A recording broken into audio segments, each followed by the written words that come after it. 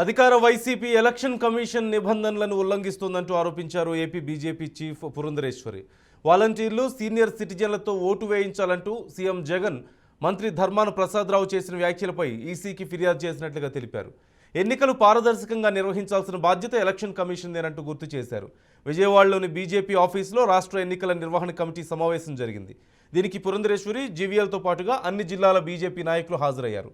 బీజేపీతో పొత్తులో ఉన్నానంటూ పవన్ చెబుతున్నారని, దీనిపై హైకమాండ్ తుది నిర్ణయం తీసుకుంటుందంటూ తెలిపారు. అప్పటి వరకు క్షేత్రస్థాయిలో బీజేపీని మరింత బలోపేతం చేసేందుకు కృషి చేస్తామంటూ చెప్పారు. ఎన్నికలకి సన్నద్ధమవుతూ ఏ రకంగా ముందుకు వెళ్ళాలి అనేటువంటి అనేక విషయాల మీద, అంటే బూత్ కమిటీల దగ్గర నుండి మన ఓటర్ని ఏ విధంగా బూత్ వరకు తీసుకురావాలి అనేటువంటి అంశాల మీద చర్చించడానికి ఇవాళ ఈ ఎన్నికల కమిటీ మీటింగ్ ఇవాళ ఇక్కడ జరుగుతుంది.